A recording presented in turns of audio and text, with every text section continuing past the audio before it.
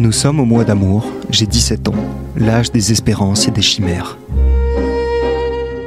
Radio U, textuel, lire pour vivre 1000 vies. J'écris de chez les moches. Pour les moches, les vieilles, les camionneuses. Tous les enfants, sauf un, grandissent.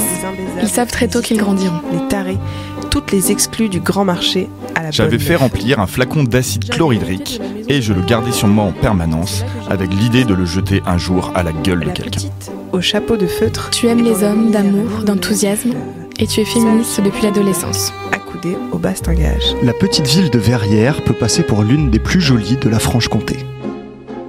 Textuel, lire pour vivre 1000 vies, des textes choisis et lus par Marie-Philippe.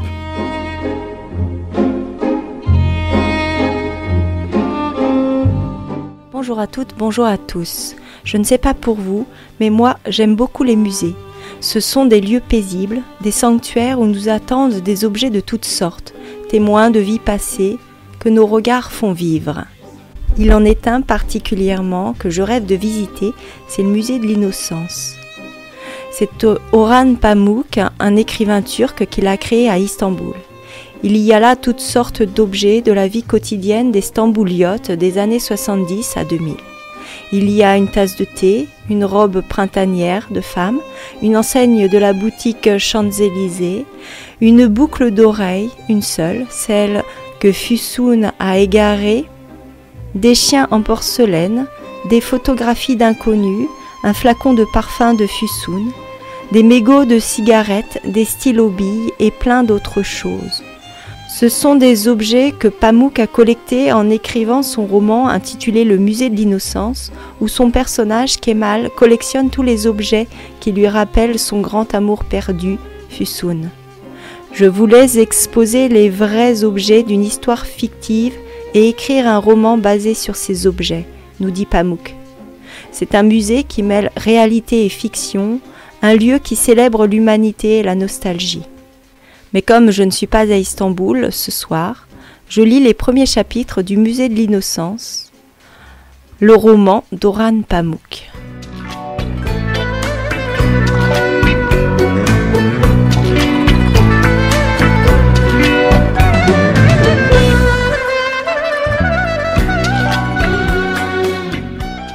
À Ruya. C'étaient des gens assez innocents pour croire que le délit de pauvreté pouvait être oublié en gagnant de l'argent. Celal Salik. Si un homme traversait le paradis en songe, qu'il reçut une fleur comme preuve de son passage, et qu'à son réveil il trouva cette fleur dans ses mains, que dire alors? Samuel Taylor Coleridge. Je commençais par regarder les petits bibelots posés sur la table, les lotions et les objets de toilette dont elle se servait. Je les saisis et les observai. Je tournai et retournai sa petite montre dans ma main.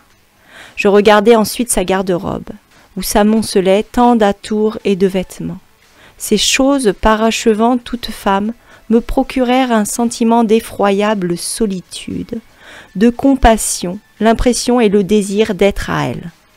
Ahmed Hamdi Tanpiner.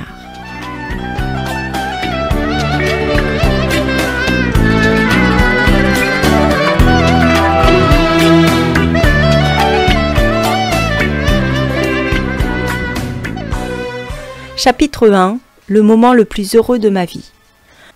C'était le moment le plus heureux de ma vie, je ne le savais pas. Aurais-je pu préserver ce bonheur? Les choses auraient-elles évolué autrement si je l'avais su? Oui, si j'avais pu comprendre que je vivais là le moment le plus heureux de mon existence, jamais je n'aurais laissé échapper ce bonheur.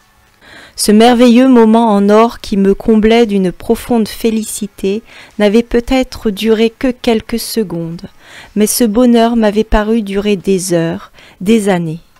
Le lundi 26 mai 1975, vers 3h moins le quart, un instant semblait s'être soustrait à l'emprise du temps, aux lois du monde et de l'attraction terrestre, de même que nous semblions libérés de la faute, du péché, du châtiment et du remords.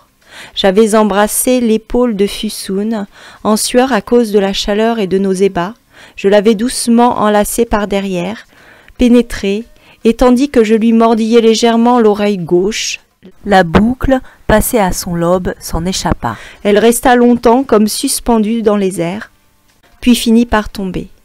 Tout à notre bonheur, nous n'avions pas prêté attention à cette boucle d'oreille dont je n'avais pas noté la forme ce jour-là, et nous avions continué à nous embrasser.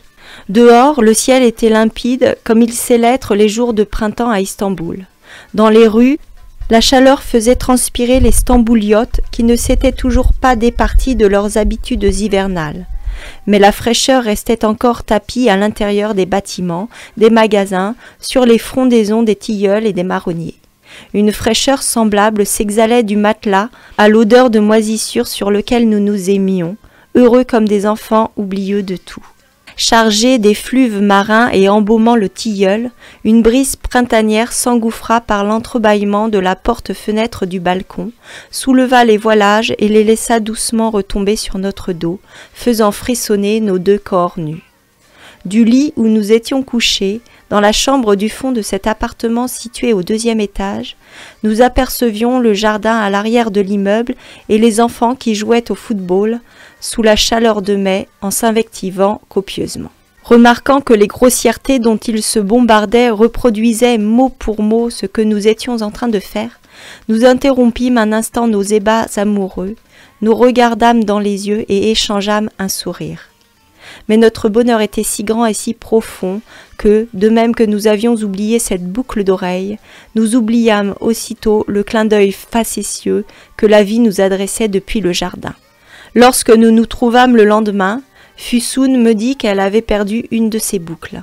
En réalité, après son départ, je l'avais vue entre les draps bleus.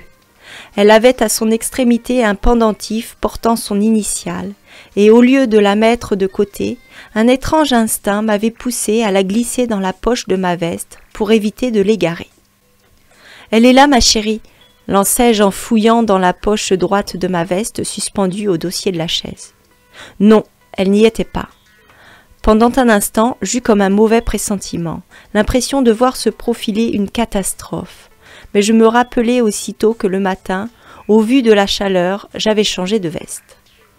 Elle est restée dans la poche de mon autre veste. « S'il te plaît, rapporte-la moi demain. N'oublie pas, » répondit Fusun en ouvrant de grands yeux. « C'est très important pour moi. » Bien. Âgée de 18 ans, Fusun était une cousine éloignée, une parente pauvre dont j'avais quasiment oublié l'existence jusqu'à il y avait un mois. J'avais 30 ans et je m'apprêtais à me fiancer puis à me marier avec Cybèle, que tout le monde trouvait parfaite pour moi.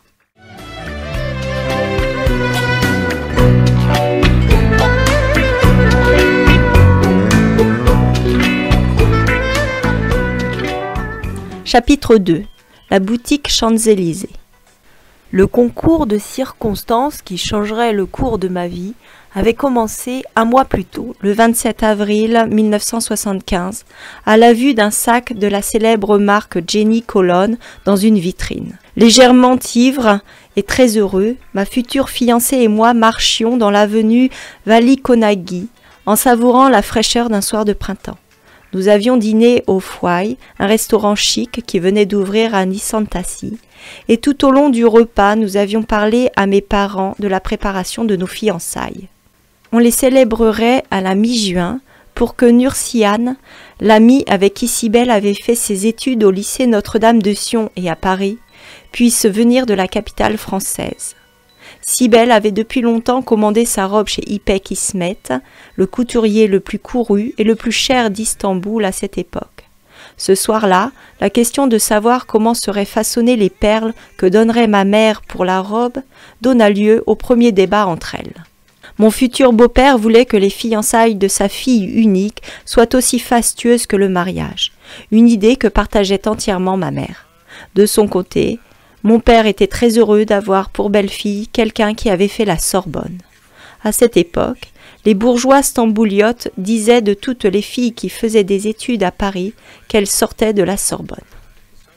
En la raccompagnant chez elle après le dîner, la main sur son épaule, je la serrais amoureusement contre moi et pensais avec fierté combien j'étais chanceux et heureux. Quand Cybèle s'était écriée « Oh, quel joli sac !» Bien que j'eusse la tête embrumée par le vin, je pris bonne note du magasin et partit l'acheter dès le lendemain midi. En réalité, je n'étais pas de ces hommes naturellement galants et raffinés qui couvrent les femmes de cadeaux et s'emparent du moindre prétexte pour leur envoyer des fleurs. Mais sans doute désirais-je en être un aussi. À cette époque, pour tromper leur ennui, les riches et oisives stambouliotes occidentalisées des quartiers tels que Sicily, Nisantassi ou Bebek ouvraient non pas des galeries d'art, mais des boutiques où elles essayaient de vendre à d'autres femmes aussi riches et désœuvrées qu'elles, et à des prix absurdement élevés, des robes à la mode, qu'elle faisait confectionner en copiant les modèles dans des revues d'importation comme Elle ou Vogue, ainsi que des vêtements et des accessoires de contrefaçon qu'elle rapportait dans des valises de Paris et Milan. Lorsque, des années plus tard, je retrouvai Senaï à Nîmes, la propriétaire de la boutique Champs-Élysées, elle me rappela que, à l'instar de Fussoun, elle nous était très lointainement apparentée du côté de ma mère. Le fait qu'elle finisse par me céder tous les vestiges liés à la boutique et à Fussoun, y compris l'enseigne suspendue au-dessus de la porte, sans me demander les raisons de mon excessive curiosité pour tous ces vieux objets, me fit sentir que certains épisodes insolites de notre histoire étaient connus non seulement de Senaï à Nîmes, mais de bien plus de gens que je ne l'imaginais. Le lendemain, vers 12h30, j'entrai dans la boutique Champs-Élysées et les 2 battants de la clochette de chameau en bronze suspendue à la porte émirent un tintement qui fait encore s'accélérer mon cœur aujourd'hui.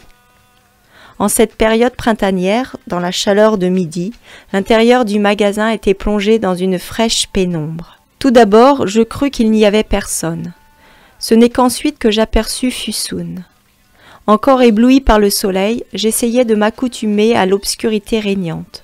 Mais pour quelque étrange raison, mon cœur se gonflait comme une vague gigantesque, prête à s'abattre sur le rivage. Je voudrais acheter le sac exposé en vitrine. Très belle, pensais-je, très séduisante. Le sac à main Jenny Colonne, couleur crème? Quand nos regards se croisèrent, je la reconnus d'emblée. Celui qui est en vitrine, sur le mannequin, murmurai-je, comme dans un rêve. Je vois, répondit-elle en se dirigeant vers la vitrine. Elle se déchaussa lestement et posant son pied gauche aux ongles soigneusement vernis en rouge sur le bas de la vitrine, elle s'étira vers le mannequin.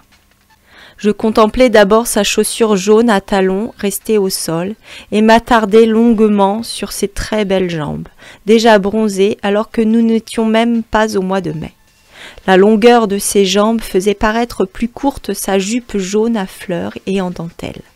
Elle prit le sac, passa derrière le comptoir et de ses longs doigts habiles, l'air mystérieux et extrêmement sérieux, comme si elle dévoilait un secret, elle me montra le compartiment central zippé.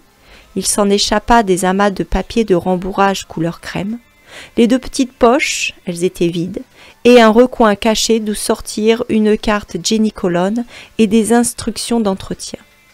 Nos yeux se rencontrèrent un instant. « Bonjour Fussoun, comme tu as grandi. Tu ne m'as sans doute pas reconnu. »« Si, je vous ai tout de suite reconnu, Kemal Agabey. Mais voyant que vous ne me reconnaissiez pas, je ne voulais pas être importune. » Un silence se fit. Je gardai les yeux fixés à l'intérieur du sac, à l'endroit qu'elle m'avait indiqué peu avant.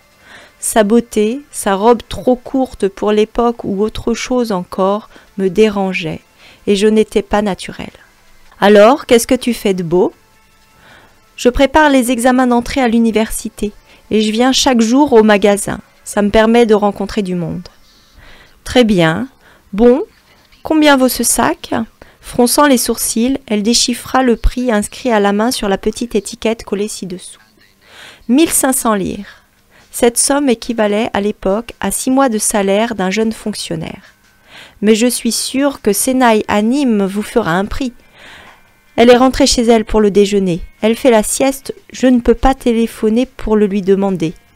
Mais si vous repassez en fin de journée, ce n'est pas grave, dis-je.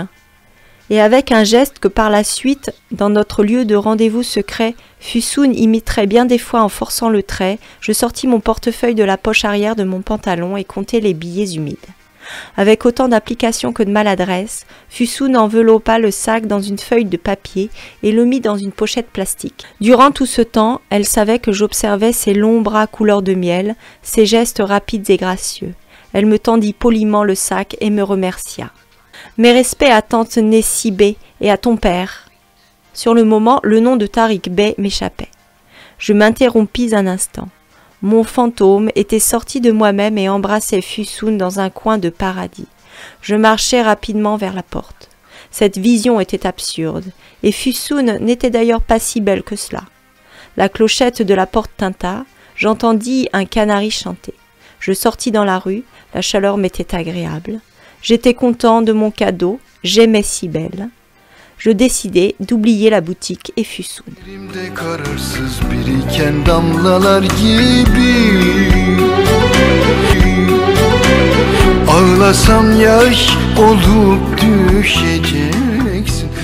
Chapitre 3. Parents éloignés. J'abordai pourtant le sujet au dîner. Je racontai à ma mère qu'en achetant un sac à Cybèle, j'avais rencontré Fusoun, notre parente éloignée. « Ah, effectivement, la fille de Nessie Bey travaille là-bas, dans une boutique de Sénaï. C'est malheureux, dit ma mère. Désormais, ils ne viennent même plus nous voir pour les fêtes. Ce concours de beauté a été une calamité. Je passe chaque jour devant la boutique, mais je n'ai jamais l'idée ni l'envie d'aller dire bonjour à cette pauvre gamine. Pourtant, je l'aimais beaucoup quand elle était petite. Nessie Bey l'amenait de temps à autre quand elle venait faire de la couture à la maison. Je lui sortais vos jouets du placard et elle s'amusait gentiment pendant que sa mère cousait. La mère de Nessie Bey, votre défunte tante Mi-River, était aussi quelqu'un de bien.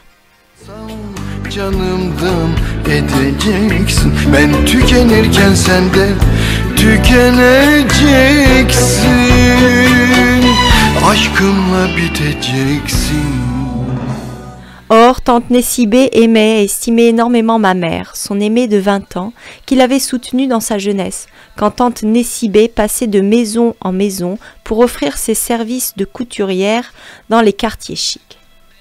À cette époque, ma mère recommandait tante Nessie Bey à toutes ses amies en leur disant que c'était quelqu'un de très bien, qui plus est excellente couturière. Et une fois par an, parfois deux, elle la faisait venir chez nous afin de coudre une robe pour une réception ou un mariage. À l'étage, dans la petite pièce du fond, d'où, entre les branches des palmiers, on pouvait voir les barques, les bateaux à moteur et les enfants qui s'amusaient à plonger de l'embarcadère, au milieu d'un fatras de ciseaux, d'aiguilles, de mètres, de dés, de chutes de tissu et de dentelles sorties de la boîte à couture de Nessie Bey, arborant un paysage d'Istanbul peint à la main, toutes deux étaient restées jusqu'au milieu de la nuit à coudre avec la machine Singer de ma mère, en se plaignant de la chaleur, des moustiques et du peu de temps qu'il leur restait pour achever leur ouvrage, en s'amusant et plaisantant comme deux sœurs très attachées l'une à l'autre. Je me souviens du cuisinier Bekri qui n'arrêtait pas d'apporter des verres de citronnade dans cette petite pièce qui sentait le chaud et le velours, parce que Nessie Bey, alors enceinte et âgée de 20 ans, en mourait constamment d'envie. De ma mère qui, lorsque nous étions tous à table, disait au cuisinier, sur un ton mi-sérieux, mi-plaisantant, qu'il fallait tout de suite donner à une femme enceinte ce qu'elle avait envie de manger, sinon son enfant serait affreux. Et je me souviens d'avoir regardé avec curiosité le ventre légèrement proéminent de tante Nessie Bey. Sans doute est-ce la première fois que j'eus conscience de l'existence de Fusoun, mais personne ne savait encore si ce serait une fille ou un garçon.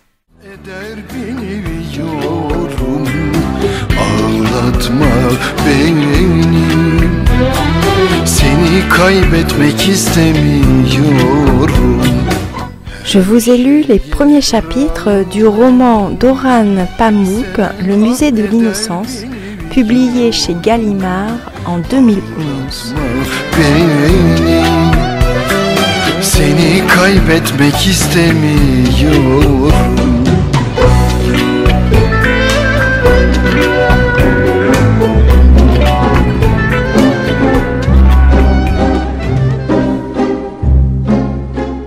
Textuel, lire pour vivre 1000 vies, des textes choisis et lus par Marie-Philippe.